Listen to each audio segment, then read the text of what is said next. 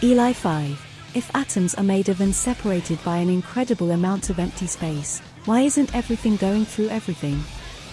Imagine you're playing with two really strong magnets. You try to push the ends of the magnets that are the same, either both north ends or both south ends, together. Even though you're not touching the magnets to each other, they still resist and push back against you.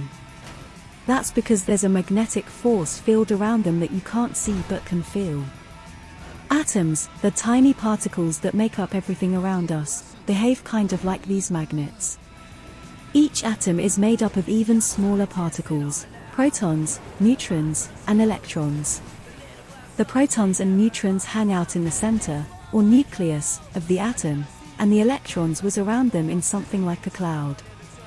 Even though there's a lot of empty space between the nucleus and the electrons, there's an invisible force field, kind of like the magnet's force field, around the atom. This is called the electromagnetic field. Now, when two atoms get close to each other, their electromagnetic fields start to interact, just like the magnet's fields. The electrons in one atom repel the electrons in the other atom. Even though there's empty space in between, they can't pass through each other because of this repulsion force, just like the magnets can't be pushed together. This force is actually so strong that it makes up what we feel as solid objects. So even though atoms have a lot of empty space in them, they feel solid, and things don't just pass through each other because of the invisible force fields that atoms have, just like the magnets.